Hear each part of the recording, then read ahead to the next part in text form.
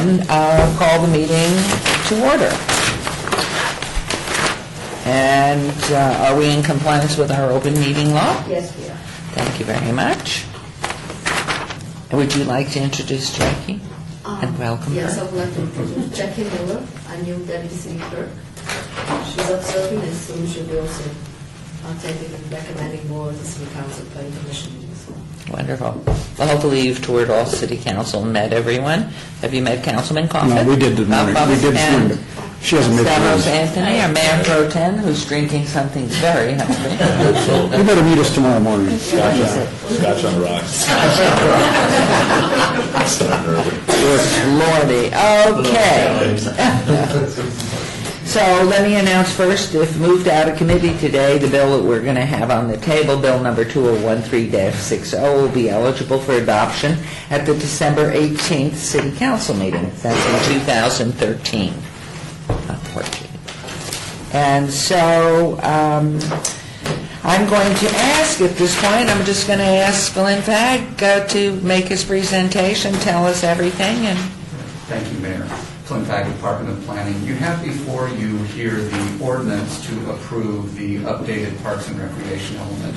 As you're aware, we discussed the general plan amendment for the Parks and Recreation element at the November 20th City Council meeting. I'll just give you a very brief presentation this morning since you've already heard most of the accomplishments and the changes to the document. Again, one of our goals with the Parks and Recreation element is to make sure that we have neighborhood parks within a half mile of all of our city residents. And we've made wonderful progress in doing that since 2000. The areas of concern that we have are still the underserved areas. We have a number of areas within wards 1, 3, and 5 that don't have neighborhood parks within a half mile of residents. And so we've identified those areas, listed them as a priority for development over the next several years. Also, with those areas, since there is little available land for the development of parks, we would consider alternatives to our standard neighborhood park. And one of those alternatives is obviously a mini park or plaza. So we've identified that, and two of our implementation items speak to that specifically. Implementation item number 4 talks about the development of smaller parks to be planned and built within walking distance of residents in the underserved areas. And then also we talk about the development of smaller scale public urban spaces and parks and plazas within the downtown and the urban core. And so we do address that in the document. And with that, I'll conclude my remarks. And if you have any questions, I'd be happy to answer those. I would love to know, what are the approximations of the smallest park, and do you always, or do we provide restrooms, and at what extent, how many stalled restrooms, and are they locked, and what's the cost of operation? And Certainly, I'd be happy to answer that. On page 16 of the element, we define the different types of parks that we develop. The smallest one is a mini park, and that's defined as any park that is less than 1 acre in size. And there are no standard list of amenities that we have in mini parks, just because, again, it tends to be relatively non-standard. The neighborhood park is the next size up, and that's typically 1 to 5 acres in size. You will have restroom buildings in the neighborhood park, as well as on-site parking, shade structures, and you may have play facilities there also in the neighborhood park. In terms of whether we lock those, it's typically the practice to lock the restrooms in the evening. In terms of maintenance costs, we have some information about maintenance costs, but I can't put my finger on it right now. As you're aware, we share the responsibility for the development and maintenance of parks between several departments. Larry Hawkson's group is the one who's responsible for maintaining the parks and could give you accurate figures on what it costs to maintain those parks. and the build-out, the same also, or just through... Yeah. Public Works is the one who is responsible for the build-out of the parks. And so would these be prioritized then? Yes, in the implementation section that we have at the back of the document, we talk about what our priorities are for the development of parks. As I had mentioned, obviously our underserved areas are a big priority for us because they typically are in more developed areas that have been underserved for the longest period of time. We also have concerns about our developing areas as well to make sure that as we plan new neighborhoods, we make sure that we have recreational facilities available for those residents too. So it's a combination of looking at both the underserved areas and the newly developing areas to make sure that we provide for both. John? Joe, comments, please.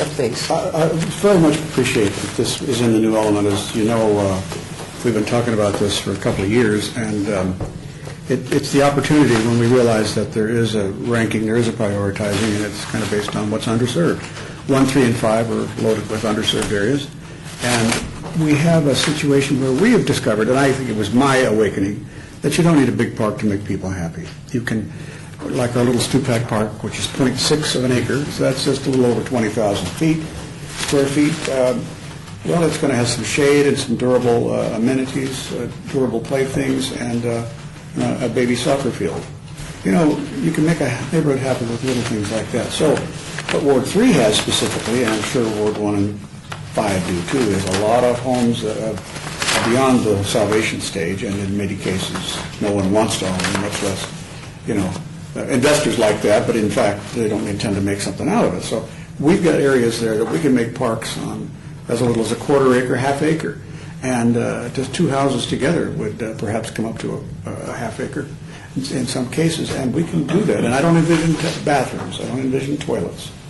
At least in my area, I don't think it's necessary. Maybe a drinking fountain, but we're talking about people who live walking distance to their homes, and they might bring their own thermos bottles. I mean, we're talking about basics here, and durable, very durable playground equipment. I've seen models of these in New York and Los Angeles, where you have, tough steel stuff. And it's basically for a little bit of climbing and a little bit of lounging. You can do this, and the stuff isn't going to be carted away, and it's not anybody's desire to take them to their backyard, but they provide an outlet for adults and children.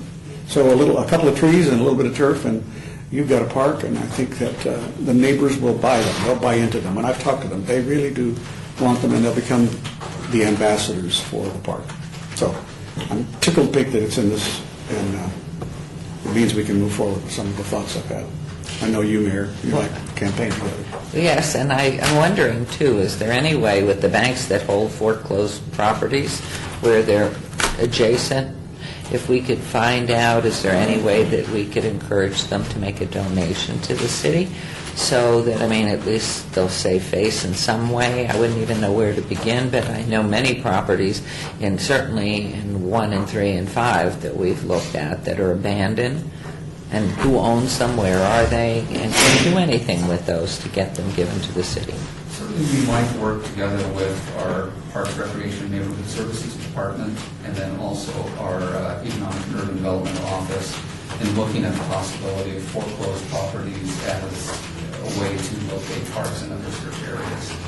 So certainly we can do that, and our implementation items do encourage us to look at innovative ways to provide parks in underserved areas. And to me, it would be a win-win because we would market how generous the paper holders on the mortgages or the properties. I think it could really, and especially if we can identify, especially in 1, 3, and 5, the adjacent properties. So it's a great report. And questions, comments? Everybody's good here? Do you, I move for adoption of this bill. Okay. And for it? Yes. Yes. Yes. So unanimously, the 3 of us are for adoption of this, which will go to council then on the 18th. And so then it just, boy, this is a short agenda. If I hadn't talked it to death, we could have broken a record of this. Okay, citizen participation. Public comment during this portion of the agenda must be limited to matters within the jurisdiction of the committee. No subject may be acted upon by the committee unless that subject's on the agenda and is scheduled for action. If you wish to be heard, please come to the table, give your name for the record, the amount of discussion, any single subject, as well as the amount of time any single speaker is allowed may be limited. And run to the table, please, everybody that's here. Ghosts alike. No one's coming.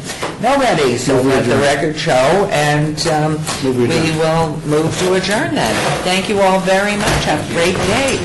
Okay.